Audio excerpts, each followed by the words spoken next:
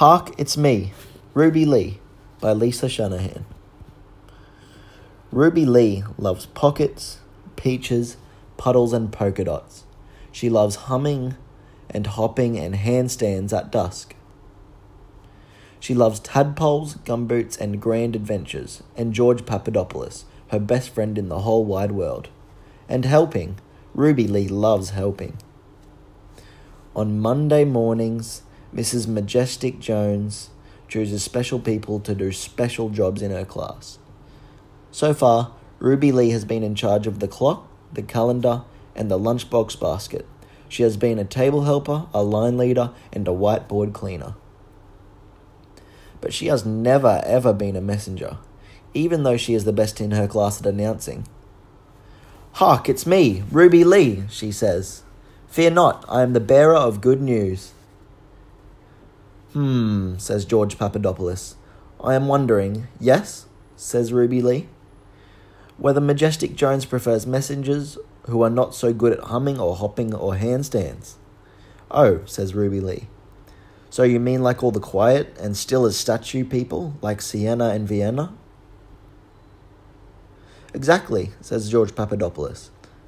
"Perhaps it would help if I was very quiet and still." "Maybe," says George Papadopoulos. "You could always give it a try." "Yippee!" says Ruby Lee, hopping about on one leg.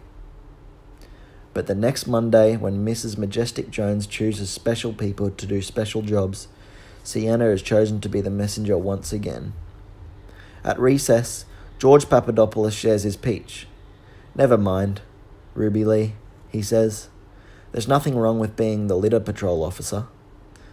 "Except for when you have to be one all the time," says Ruby Lee. "But see how the birds all love you?" "Only because I save them the best scraps." "Maybe next Monday," suggests George Papadopoulos. "You could try being very quiet and very still." The very next day, Sienna and Vienna are both away. "Which means," says Mrs. Majestic Jones, "we will need to choose a different messenger." Forests of arms rise. Ruby Lee sits quiet and still as a statue. "Ruby Lee," asks Mrs. Majestic Jones, "would you like to be the messenger?" "Yes," she leaps up. "Hark, it's me, Ruby Lee," she says. "Fear not, I am the bearer of good news." "Thank you," says Mrs. Majestic Jones. "Now go to the office with George Papadopoulos and ask if we may have the hall for singing after lunch. And don't dawdle." "Now, George Papadopoulos," says Ruby Lee. "Only the most intrepid of messengers will make it across the desert past the spockled frockle-wockle." "Oh, Ruby Lee," groans George Papadopoulos. "Hark," says Ruby Lee. "Fear not." "Muddled?" says Mrs. Majestic Jones. "What do you mean you've muddled the message?" "Was it before or after lunch?" asks Ruby Lee. "Oh, for goodness sake, take this note."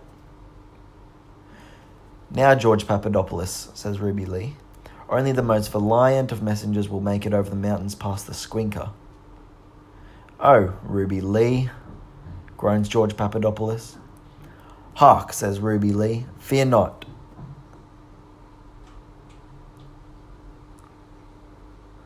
"Gone?" says Mrs. Majestic Jones. "What do you mean the note is gone?" "Perhaps it slipped out of my pocket," says Ruby Lee. "Oh, for goodness sake, this time let George carry it." "Now, George Papadopoulos," says Ruby Lee. "Only the most ingenious of messengers will make it through the jungle, past the Schlurgle." "Oh, Ruby Lee," groans George Papadopoulos. "Hark," says Ruby Lee. "Fear not." "Lost?" says Mrs. Majestic Jones. "What do you mean you've lost, George Papadopoulos?" "Perhaps it was the Schlurgle." "The what?" "Oh, sit down, Ruby Lee," says Mrs. Majestic Jones. "Adelaide Kiev will be the messenger for the rest of the day."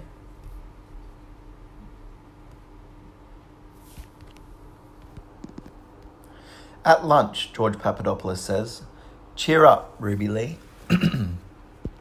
"I'm sorry," says Ruby Lee. "I didn't even know you were stuck on the monkey bars. I'm just a good-for-nothing nobody." "Oh, Ruby Lee," says George Papadopoulos. "You are the very best somebody I know." Then one afternoon, a pigeon flies into the classroom. Sienna squeals and squeals. Wah-yah! Yeet! Ah! And Vienna darts and dashes, flapping and flipping, while the pigeon swoops and loops, and even poops. The whole class shrieks and dives. Yow! Mrs. Majestic Jones cowers behind her desk. Help! Cries George Papadopoulos. Ruby Lee leaps up. Hark, it's me, Ruby Lee, she says. Fear not. And taking a spare cross from her pocket, Ruby Lee holds it out. She stands quiet and still as a statue until the pigeon alights upon her arm and she carries it gently out the door. On Monday mornings, Mrs. Majestic Jones chooses special people to do special jobs. Every week, Ruby Lee is the special emergency officer every single day. The end.